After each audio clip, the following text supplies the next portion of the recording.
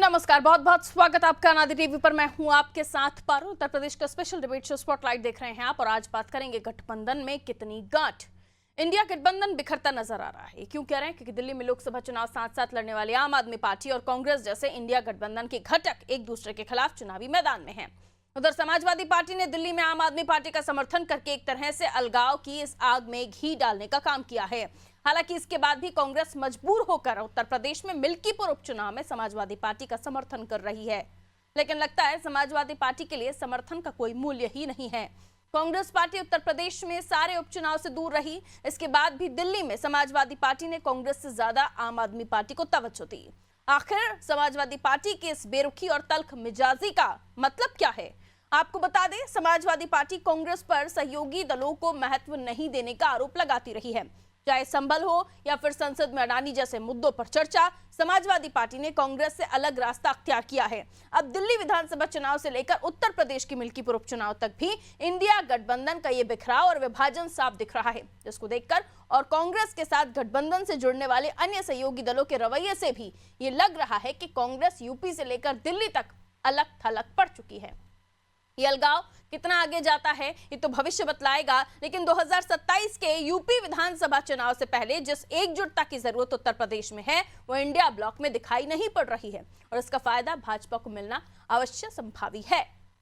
कांग्रेस और समाजवादी पार्टी के इस गठबंधन की अनसुलझी पहेली का असर यूपी की राजनीति पर किस तरह पड़ेगा, और कहीं मिलकर तो कहीं एक दूसरे के खिलाफ लड़ने वाला इंडिया गठबंधन के घटक दलों को लेकर जनता में भ्रम तो नहीं फैल जाएगा? आज की चर्चा इसी मुद्दे के इर्द गिर्द। पहले कुछ बयान है, प्रतिक्रियाएं हैं, वो आप सुन लीजिए।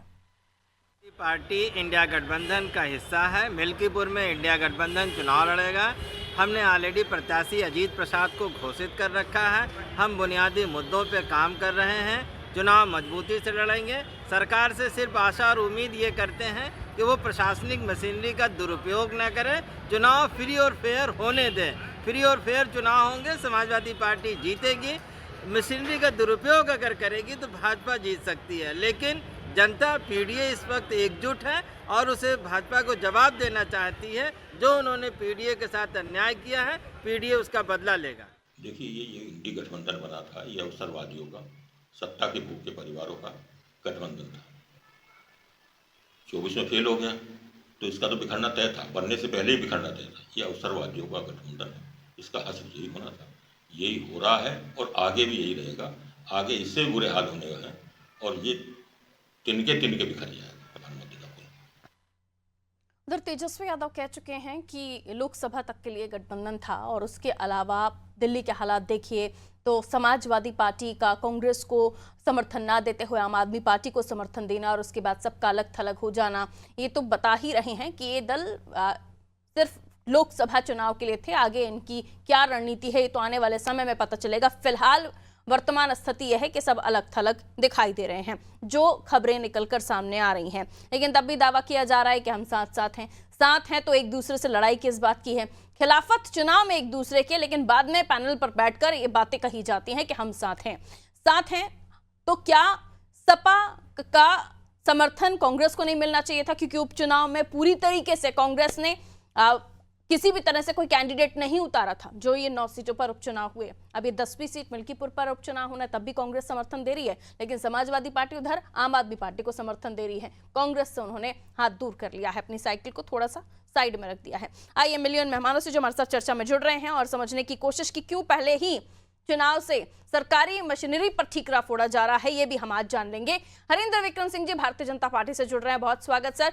शान खान कांग्रेस से हमारे साथ जुड़े हुए हैं, आपका भी स्वागत करती हूँ। डीपी यादव जी सपा से हमारे साथ बने हुए, आपका भी स्वागत। दिनेश शर्मा जी वरिष्ठ पत्रकार हैं, हमारे साथ जुड़े हुए। दिनेश सर, आपका भी वेलकम करती हूँ। दिनेश सर, कैसे देख रहे हैं इस पूरी राजनीति को? एक तरफ हम देख रहे हैं दिल्ली चुनाव हो, महाराष्ट्र चुनाव हो, सब सारे दल अलग थलग दिखाई देते। तेजस्वी अपनी बात कह चुके हैं, ममता अपने नेतृत्व की इच्छा जता चुकी है, लालू यादव भी उसको सपोर्ट कर चुके हैं। और उसके बाद अब हम जब उत्तर प्रदेश में उपचुनाव की बात करते हैं तो कांग्रेस ने तो पूरी तरीके से समर्थन दिया, लेकिन क्या सपा ने साथ निभाया? कैसे देख रहे हैं आप मिल्कीपुर उपचुनाव और इंडिया गठबंधन को? देखिए, दिल्ली से लेकर मिल्कीपुर तक एक भी मुसलमान का वोट बीजेपी को नहीं मिलेगा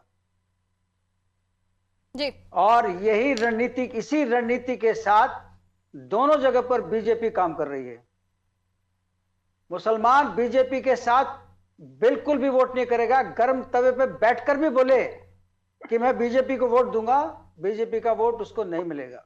मिल्कीपुर में कांग्रेस कहीं नहीं है, कांग्रेस तो दिल्ली में भी नहीं है, तो इसलिए कांग्रेस की चर्चा करना बेकार है। बीजेपी और समाजवादी पार्टी के बीच में ये इलेक्शन होगा मिल्कीपुर का। हाँ, अब इसके अंदर ये देखना होगा कि कौन कौन लोग इसमें पार्टिसिपेट करते हैं।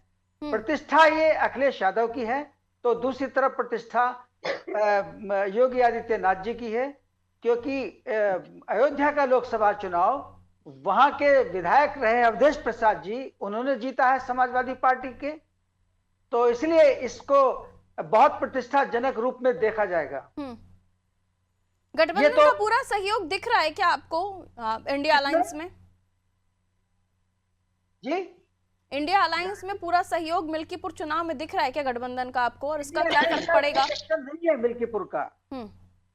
मिल्कीपुर के इलेक्शन को आप एक अलग ट्रेंड के रूप में देखिएगा। मैंने कहा ना कि मुसलमान बीजेपी को वोट देने के लिए तैयार नहीं, वो समाजवादी पार्टी को ही वोट करेगा। ये बिल्कुल क्लियर है, इस पर दिमाग लगाने की ज्यादा जरूरत नहीं है। तो इसलिए इंडिया अलायंस का कोई खास यहां पर रोल नहीं है। इंडिया अलायंस का रोल तो दिल्ली में भी नहीं है, ये तो केवल हम लोगों की बातचीत में नजर आता है। और जहां तक अखिलेश जी का सवाल है, अखिलेश जी इस इलेक्शन को पूरी तरह से जीतने की कोशिश करेंगे, लेकिन तैयारी भाजपा के भी कम नहीं है। बिल्कुल। जो अयोध्या के राजा हैं, घोषित राजा समाजवादी पार्टी के अवधेश प्रसाद जी, उनका बेटा यहां पर प्रत्याशी है समाजवादी पार्टी का, तो देखना है कि उनकी क्या पोजीशन रहती है। बहुत अच्छा तगड़ा मुकाबला होगा। ठीक है शान खान, दिल्ली से लेकर उत्तर प्रदेश तक जो स्थिति, जो पिक्चर साफ है कि आपने हर जगह साथ निभाया, लेकिन फिलहाल सपा का साथ आपको दिल्ली में भी नहीं मिल रहा है। और ये कहा जा रहा है कि क्या वाकई अपने आप को खुद ही बैकफुट पर ले चुकी है कांग्रेस? आप कहीं पर भी लड़ना नहीं चाहते उत्तर प्रदेश में, खुद का ही वजूद आप लोग कम तर आंक रहे हैं उत्तर प्रदेश में?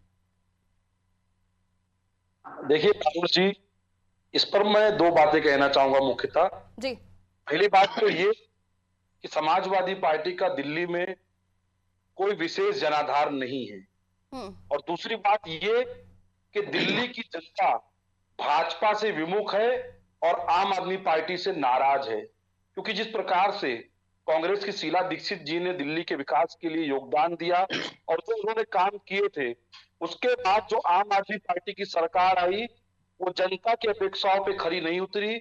उसने बड़े बड़े वचन तो दिए, और इसी प्रकार की कुछ स्थिति भाजपा की भी रही। दिल्ली की जनता ने लोकसभा चुनाव में भाजपा के प्रत्याशियों को वोट देकर सांसद के रूप में चुना। आम आदमी पार्टी की दिल्ली की सरकार, भाजपा की केंद्र की सरकार, भाजपा के सभी सांसद, इन सभी से जनता नाराज है। जनता एक नया विकल्प चाहती है, कांग्रेस पार्टी के रूप में चाहती है। तो हम अगर चुनाव क्यों लड़ रहे हैं, तो उसका सबसे बड़ा उद्देश्य है कि जन भावना है, जनता चाहती है कि कांग्रेस पार्टी अलग चुनाव लड़े, अकेले चुनाव लड़े। और कांग्रेस पार्टी जनता में क्या संदेश दे रहे हैं आप लोग? आप लोकसभा चुनाव में इंडिया गठबंधन जीतेगा, फिर आप कहते हैं कांग्रेस जीतेगी, आम आदमी पार्टी से विमुख हो चुके हैं, सब सपा का कोई जनाधार नहीं है। आपको क्या लगता है जनता क्या आपके लिए अपना, आप लोगों के लिए, आप राजनीतिक दलों के लिए अपना इमेज बनाए आपके सामने, क्या सोचे? सुनिए पारुल जी, इंडिया गठबंधन एक राष्ट्रीय गठबंधन है और इसका हर प्रदेश में अलग अलग प्रारूप है। लोकसभा चुनाव में भी हमने दिल्ली और गुजरात में आम आदमी पार्टी के साथ मिलकर चुनाव लड़ा। जनता के साथ खेल नहीं है आपको, आप बार बार ये बात तो कह रहे हैं, लेकिन आप वहीं जाकर उसी पार्टी के लिए आप लोग दल एक दूसरे के लिए वोट मांगते हैं, और फिर जब आप दूसरे चुनाव में जाते हैं तो एक दूसरे को आप ठगा बताते हैं। पारुल जी, पहले आप मेरी बात पूरी हो जाने देते तो आपका प्रश्न मैं ले लेता। ऐसे तो आप देखें तो महाराष्ट्र में अभी भी अजीत पवार के एनसीपी और भाजपा ने साथ में मिलकर चुनाव लड़ा, और दिल्ली में अजीत पवार के एनसीपी ने अपने प्रत्याशी उतार दिए। तो क्या एनडीए में भी फूट है? क्या एनडीए की सरकार गिरने जा रही है? ऐसा नहीं होता है। ये राज्य के चुनाव है, राज्य में हर दल की अपनी अपनी शक्ति होती है, हर दल से जनता की एक भावना जुड़ी होती है, जनता की अपेक्षाएं जुड़ी होती है, हर दल अपने तरीके से रणनीति के अनुसार चुनाव लड़ता है। किंतु मैं इतना कहना चाहूंगा समाजवादी पार्टी के नेताओं से और विशेषकर अखिलेश जी से कि उन्हें याद होना चाहिए कि आम आदमी पार्टी के नेताओं ने जब 2014 में भ्रष्ट नेताओं की सूची बनाई थी तो उसमें नेताजी मुलायम सिंह जी का भी नाम था। तो इन्होंने नेताजी मुलायम सिंह के चरित्र हनन करने में कोई कमी नहीं छोड़ी थी। ऐसे में यदि अखिलेश जी आम आदमी पार्टी के लिए प्रचार करते हैं या उनका समर्थन करते हैं, तो उन्हें आत्ममंथन और चिंतन करने की आवश्यकता है। एक सवाल और है शान खान, डीपी यादव जी, उसके बाद आ रही हूँ कि जब आप तमाम चीजें उनको गिना रहे हैं, मुलायम जी का इंसल्ट भी बता रहे हैं, सब कुछ गिना रहे हैं, लेकिन उसके बाद भी आपकी जो उदारता है, जो प्रेम है, फिर क्या डीपी यादव जी ये कह दें कि जैसे आप कह रहे हैं कि सपा का वहां पर कोई जनाधार नहीं है, तो कांग्रेस का उत्तर प्रदेश में कोई जनाधार नहीं बचा? ये उदारता, ये प्रेम किस लिए? जो लड़ाई लड़ी है ना, जब हर जगह आप लोग अलग अलग स्टेट्स में लड़ाई लड़ रहे हैं। पारुल जी, इस समय देश में संविधान और लोकतंत्र के लिए सबसे बड़ी कोई खलनायक पार्टी है तो भाजपा है। ऐसे में भाजपा को परास्त करने के लिए, भाजपा की जो अदानी अंबानी की दुश्मन का दुश्मन दोस्त, उसको गिराने के लिए हम एकजुट हैं, किंतु प्रदेशों में हमारी अपनी शक्ति है, जन भावना है, उसके अनुरूप हम चुनाव लड़ेंगे। जन भावना, ये जनता ही नहीं समझ पा रही है कि आपकी भावना क्या है। ठीक है, लौट रही हूँ। डीपी यादव जी क्या कहेंगे? वो कह रहे हैं आपका कोई जनाधार दिल्ली में तो है नहीं, यूपी में है इसलिए उन्होंने छोड़ दिया। अब आपका क्या कहना है कांग्रेस को लेकर, और क्या वाकई आपको भी साथ की आवश्यकता नहीं है, इसलिए भी आपने ठेंगा दिखा दिया कि 9 सीटों पर भी नहीं, 1 सीट पर भी नहीं, हम तो दिल्ली में तब भी आम आदमी पार्टी को ही समर्थन देंगे? देखिए पारुल जी, बात ठेंगा दिखाने की नहीं है। अभी शान भाई ने बहुत अच्छी बात कही। इन्होंने जो बात कही कि इंडिया गठबंधन में क्षेत्र कहीं ना कहीं जो प्रदेशों के चुनाव हो रहे हैं, तो उनका प्रारूप हर प्रदेश में अलग अलग है, निश्चित रूप से हर प्रदेश में अलग अलग है। अब चूंकि उत्तर प्रदेश में समाजवादी पार्टी मुख्य विपक्षी दल है और समाजवादी पार्टी ने इस बात को प्रमाणित भी किया है। 2022 के चुनाव में देखिए कांग्रेस को कितनी सीटें मिली थी। कांग्रेस ने चुनाव लड़ा, पूरे दमखम के साथ चुनाव लड़ा, और कांग्रेस ने बताया कि पूरे प्रदेश में हमारा कहीं ना कहीं जो संगठन है, लेकिन कांग्रेस के हिस्से में कितनी सीटें आई? तो कांग्रेस की कांग्रेस और उसके बाद गठबंधन किया कांग्रेस ने समाजवादी पार्टी के साथ में, तो देखिए लोकसभा सीटों पर कितनी बढ़ोतरी हुई कांग्रेस की। तो निश्चित रूप से महाराष्ट्र लेकर के उड़ीसा, मध्य प्रदेश, राजस्थान, आप पश्चिम बंगाल की बात कर लीजिए, तो हर प्रदेश का अपना अलग अलग प्रारूप है। अब कहीं ना कहीं एनडीए को आप देखिए, तो क्या जेडीयू को सीटें दे देगी भारतीय जनता पार्टी? दिल्ली में नहीं देगी, क्योंकि जेडीयू का अलग अपना प्रारूप है, अलग जनाधार है। बिहार में क्या शिंदे गुट को दे देगी भारतीय जनता पार्टी? दिल्ली में सीटें नहीं देगी। तो अलग एक दूसरे पे छीटाकशी भी तो नहीं कर रहे ना सर? आप लोगों के दल जो है इंडिया गठबंधन के, एक दूसरे पर छीटाकशी क्यों कर रहे हैं? गठबंधन धर्म निभाई। बात छीटाकशी की नहीं होती है, ये लोकतांत्रिक प्रक्रिया है, सबको बोलने का अधिकार है। कहीं यहाँ डिक्टेटरशिप नहीं है, किसी के बोलने पर आप पाबंदी नहीं लगा सकते। हमारी बात आपको अच्छी लगे या ना लगे, मैं बोलूंगा। आपको अगर नहीं अच्छा लगता है तो आप उस पर प्रतिक्रिया दीजिए या शांत रहिए। बोलने के मेरे अधिकार को तो आप रोक नहीं सकती है ना। तो इसी तरह से बोलना सबका अधिकार है, और कहीं ना कहीं सबको अपनी बात करनी चाहिए और बोलना चाहिए। ये डिक्टेटरशिप तो है नहीं कि बंद कमरे में कोई आप समझौता कर लीजिए और उसके बाद से आप बाहर आइए, तबीयत खराब हो जाए, आप हॉस्पिटल में भर्ती हो जाइए। शान खान साहब ने कहा कि आप उस पार्टी के साथ गठबंधन कर रहे हैं, उस पार्टी को सपोर्ट कर रहे हैं, आम आदमी पार्टी के लिए, कि जिन्होंने मुलायम साहब का भी कहीं ना कहीं अपमान किया था। उसको लेकर आप क्या कहेंगे? देखिए वो सब अतीत की बातें हैं। राजनीति में बहुत से लोग तमाम लोगों पर आरोप प्रत्यारोप लिख दीजिए ना अपने गठबंधन के सामने, सुविधा अनुसार गठबंधन। अरे आप बताइए, यही बिहार का चुनाव था, माननीय मोदी जी ने नीतीश कुमार का डीएनए खराब बता दिया और उसके बाद से गठबंधन हो गया। अरे तो मैं वही कह रही हूँ ना, जब दल में आ जाए, एंट्री हो जाए, दोस्ताना हो जाए, तब तो निभाइए। हाँ तो बिल्कुल समय, देखिए गठबंधन समय और परिस्थिति के अनुसार होता है ना, देश हित में होता है। आज देश को जरूरत है कहीं ना कहीं कि समाजवादी पार्टी दिल्ली में आम आदमी पार्टी का जो है सपोर्ट करे, समर्थन करे। वो तो कह रहे हैं आपका कोई जनाधार ही नहीं है, आप करते रहिए सपोर्ट, करते रहिए समर्थन। तो मैंने तो बताया, मैं कहाँ कर रहा हूँ, मैं कहाँ उछल कूद कर रहा हूँ कि मैं दिल्ली में पूर्ण बहुमत की सरकार बनाने जा रहा हूँ। मैं तो नहीं ना कर रहा हूँ ऐसा, या हमने तो राजस्थान और मध्य प्रदेश में भी नहीं कहा। लेकिन एक तरह से अगर हमारा जो वहाँ संगठन है उसको साथ लेंगे तो जब बहुत कुछ नहीं कर पाएंगे तो सिर्फ ये कांग्रेस को नीचे दिखाने की कोशिश है क्या दिल्ली में? कोई नीचा, राजनीति में नीचा ऊंचा नहीं होता है। राजनीति में कहीं ना कहीं एक जो है, राजनीति जो ना कराए, क्या कहिएगा। ठीक है, लौट रही हूँ आपके पास। भारतीय जनता पार्टी के पास सीधे तौर पर आरोप लगा दिया है, सरकारी मशीनरी का अगर आप उपयोग नहीं करेंगे तो सपा जीत जाएगी, अगर सरकारी मशीनरी का आप उपयोग करेंगे तो सपा को दिक्कत आ सकती है। ये अवधेश प्रसाद जी भी कह चुके हैं, और अभी आजम जी जिन्होंने बाइट दी समाजवादी पार्टी की तरफ से, उन्होंने भी यही बात कही। सरकारी मशीनरी का उपयोग करने वाले हैं आप, इसे तो सीधे तौर पर आरोप लगा रहे हैं, और इसलिए समाजवादी पार्टी आपसे लड़ाई सीधे तौर पर लड़ रही है। सीधा मुकाबला है, योगी जी, अखिलेश जी, मिल्कीपुर।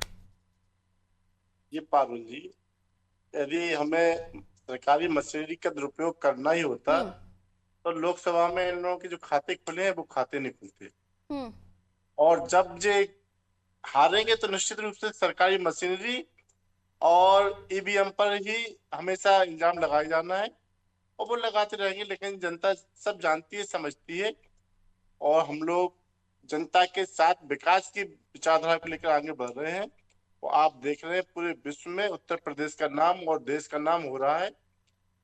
और जो लोग तो इल्जाम लगाने के अलावा कोई मुद्दा इनके पास है ही नहीं, जो लोग आपस में भी संगठन नहीं रह पा रहे, जो लोग आपस में एक दूसरे पर इल्जाम लगाने में लगे हुए हैं, इनका वीटो मात्र उद्देश्य एक ही है कि भारतीय जनता पार्टी को कैसे भी सत्ता से बेदखल करो।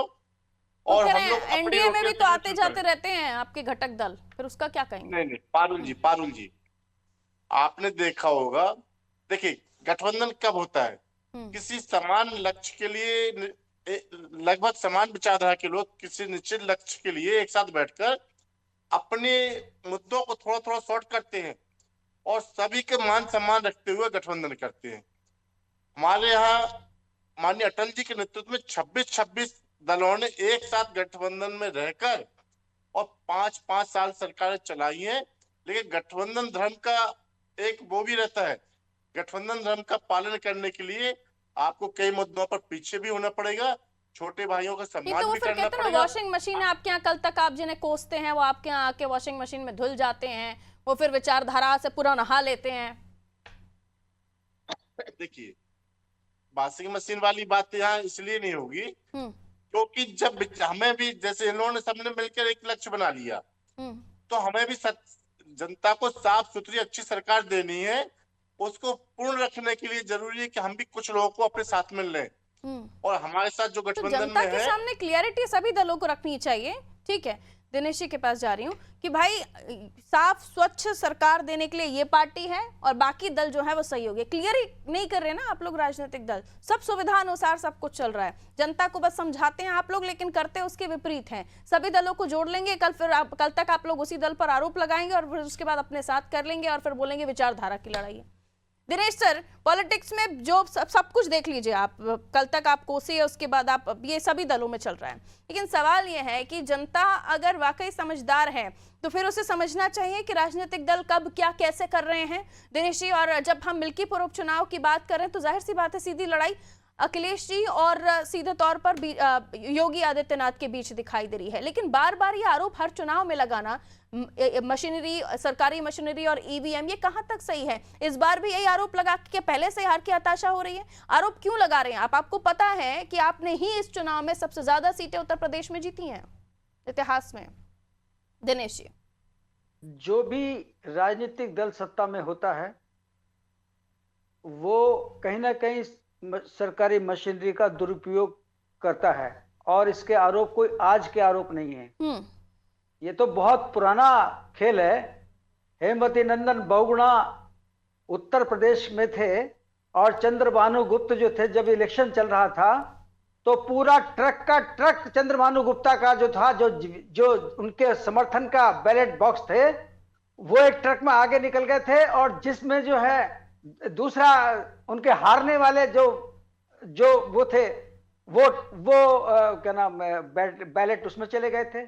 हेमवती नंदन बहुगुणा ने, चंद्रभानु गुप्ता ने पूछा हेमवती नंदन बहुगुणा से, ये तो बताइएगा कि ये बताइए मैं तो जीत रहा था, ये हुआ क्या? तो जो ट्रक एक बाहर निकला एक अंदर गया, वो सरकारी मशीनरी के कारण ही तो गया होगा ना, ऐसे तो कोई नहीं गया। तो ये आज का नहीं है, ये तो बहुत सदियों से चलता आ रहा है। अब रही आपने जो बात की है कि ये दुरुपयोग वाली बात, उसका तो मैंने आपको बता दिया, हर आदमी दुरुपयोग करता है, उसको कोई नहीं रोक सकता। मेन बात यह है कि जो जनता वोट करने के लिए जा रही है, उस समय के दौर में और आज के दौर में बहुत अंतर आ चुका है। मिल्कीपुर पर बहुत सारे मीडिया की नजर होगी। इस समय मिल्कीपुर में अयोध्या पहुंच चुके हैं मीडिया के लोग भी, और चुनाव लड़वाने वाले भी पहुंच चुके हैं। पूरी रणनीतियां बन चुकी हैं। कुंभ जो चल रहा है, जितना ध्यान कुंभ के ऊपर होगा उतना ध्यान मिल्कीपुर पर भी होगा।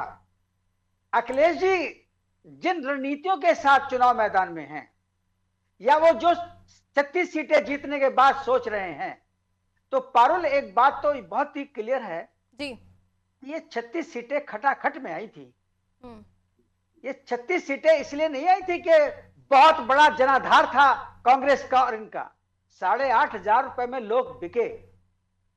ये डेमोक्रेसी की सबसे बड़ी त्रासदी है कि 8,500 रुपए में बिके और वो भ्रम में आ गए और उन्होंने वोट कर दिया। कांग्रेस दफ्तर पर तो लोग पहुंच गए थे पैसा लेने के लिए कि लाइए पैसा, हमने तो आपको वोट दिया।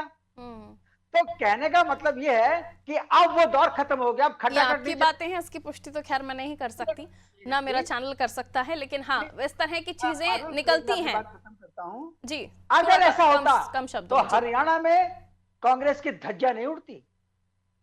अगर ऐसा होता तो आपका महाराष्ट्र में कांग्रेस की धज्जियां नहीं उड़ती। क्यों? क्योंकि वहां पैसा का लालच जो था विफल हो गया।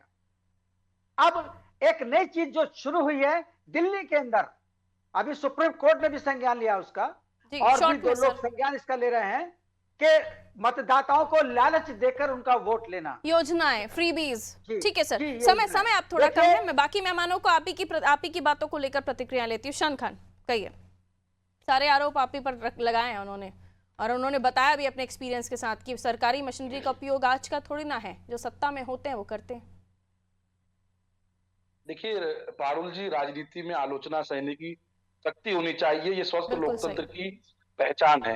और कांग्रेस पार्टी ने सदैव अपनी आलोचना, सही है, भाजपा की तरह अपने आलोचकों को कभी भी कुचलने का काम नहीं किया, कभी भी उनके यहाँ ईडी और सीबीआई नहीं भेजी है। तो मैं यही कहूंगा कि आप आलोचना करते रहिए, आपकी आलोचनाओं से हम सीखते हैं और आपकी सीखों से हम कुछ बेहतर करने का प्रयास करते रहते हैं। पर भाजपा की आलोचना मत करना, वरना ईडी और सीबीआई आ सकती है आपके घर। ठीक है। अब डीपी यादव जी, अभी बताया सर ने कि अभी उस समय खटाखट वाले 37 सीटें थी, अभी खटाखट नहीं चल पाएगा। देखिए, ये दिनेश शर्मा जी का दोष नहीं है। 2014 से भारतीय जनता पार्टी ने ऐसा ट्रेंड ही विकसित कर दिया है कि 15 लाख रुपए भ्रम जाल में, 5 किलो अनाज भ्रम जाल में, अच्छे दिन आएंगे भ्रम जाल में। तो दिनेश शर्मा जी जैसे बहुत से लोग कहीं ना कहीं भ्रम जाल में हो गए हैं और भ्रमित भी हो गए हैं। लेकिन 2024 का जो लोकसभा चुनाव था, वो जनता ने संविधान बचाने के लिए, लोकतंत्र बचाने के लिए उत्तर प्रदेश में भारतीय जनता पार्टी को हराने का काम किया था। और फैजाबाद की जो सीट थी वो तो इंटरनेशनल, अंतरराष्ट्रीय स्तर पर चर्चा का विषय थी। और उससे बड़ी चर्चा ये हो रही थी कि आदरणीय अखिलेश यादव जी ने जो ऐतिहासिक कदम उठाया है, अवधेश पासी जैसे एक व्यक्ति को सामान्य सीट से जिता करके सबसे बड़े संसद में भेजने का काम किया। तो भारतीय जनता पार्टी को कहीं ना कहीं इस बात को लेकर के डर और भय है कि अगर मिल्कीपुर हम हार गए तो निश्चित रूप से अब इनका बोरिया बिस्तर 2027 में गोल हो जाएगा। ये बताइए, हमारे भारतीय जनता पार्टी के मित्र बैठे हुए हैं, क्या किसी सामान्य सीट पर इन्होंने किसी दलित को उतारने का काम किया है? ये जवाब दे सकते हैं? नहीं दे सकते हैं। आज की तारीख राष्ट्रपति से लेकर सारे नाम गिनाना शुरू कर देंगे। डिरेल मत होइए, ठीक है, कैसा, ठीक है, रुक जाइए, फिर वो डिरेल हो जाएगी डिबेट मेरी। मैं मिल्कीपुर पे भी रह लूं थोड़ा सा। विक्रम जी, आरोप ये लगाए कि अगर आलोचनाएं की करेंगे तो उन ईडी सीबीआई का उपयोग आप लोग कर लेते हैं, ये भी आरोप लगे। नहीं डीपी यादव, समय मेरे पास कम है, एक काउंट उनका भी ले लेती हूँ। जी विक्रम जी, किस विषय पर बताना है पारुल जी? मैं आपसे पूछ रही थी, आलोचना की बात हो रही थी और शान साहब ने कहा कि आलोचना अगर बीजेपी की हुई तो ईडी सीबीआई भेज दी जाती है, इस पर क्या कहेंगे आप? अब शान भाई हमारे, अब क्या कहें, इनके विषय पर कुछ कहने को बनता नहीं, क्योंकि इनके पास और कुछ कहने के लिए बचा ही नहीं है। इल्जाम, आलोचना बर्दाश्त करना, क्योंकि इतने भ्रष्टाचारों में लिप्त रहे ये लोग कि आलोचना और इल्जाम लगते रहे, तो वो बर्दाश्त करने की क्षमता इनकी बहुत अच्छी है। मिल्कीपुर जिसको लेकर अभी डीपी यादव जी ने कहा कि हाँ, इंटरनेशनल मीडिया की पूरी नजर है मिल्कीपुर पर कि अब क्या नतीजे आते हैं। हालांकि दोनों ही दलों ने कमर कस ली है, देखना होगा आगे क्या होता है। बहुत बहुत शुक्रिया आप तीनों का हमारे साथ जुड़ने के लिए, आप चारों का हमारे साथ जुड़ने के लिए। दिनेश सर भी हमारे साथ जुड़े हुए थे। तो गठबंधन में कितनी गांठ है, इसलिए कहा जा रहा है कि दिल्ली से लेकर उत्तर प्रदेश तक गठबंधन की जो तार है वो हिलते हुए नजर आ रहे हैं। वो इसलिए भी कहा जा रहा है क्योंकि सपा को कांग्रेस ने फ्री हैंड दिया, उपचुनाव में एक भी कैंडिडेट नहीं उतारा, अपना समर्थन दे दिया। मिल्कीपुर सीट पर भी समर्थन दे दिया, लेकिन सपा ने आम आदमी पार्टी को दिल्ली में सपोर्ट कर दिया, कांग्रेस को ठेंगा दिखा दिया। अब इसलिए भी पूछा जा रहा है क्योंकि कांग्रेस को लेकर दूसरे दलों की भी कुछ मिलीजुली प्रतिक्रियाएं हैं, जो इंडिया गठबंधन के ही, अलायंस के ही दल हैं। ममता जी को आप सुन चुके हैं, पहले ही वो नेतृत्व की बात कह चुकी हैं। उसके अलावा तेजस्वी आज कह चुके हैं कि इंडिया गठबंधन सिर्फ लोकसभा चुनाव तक ही था। और अब जो लड़ाई हो रही है इसमें कल तक जो एक दूसरे को सबसे अच्छा दल बता रहे थे, आज वही दल एक दूसरे की खिलाफत कर रहे हैं। और खिलाफत भी किस हद तक जाकर कि दिल्ली में आप देखें तो आम आदमी पार्टी को भ्रष्टाचार में लिप्त पार्टी बताया जा रहा है। वही दल जो आपस में लोकसभा में एक दूसरे के साथ भाईचारा निभा रहे थे, यार दोस्ती कर रहे थे, लेकिन अब दूसरे का दोस्त अब अपना दोस्त नहीं है, अब वो दुश्मन है, क्योंकि अब लड़ाई विधानसभा चुनाव की आई। दीजिए इजाजत, रखिए अपना ख्याल, नमस्कार।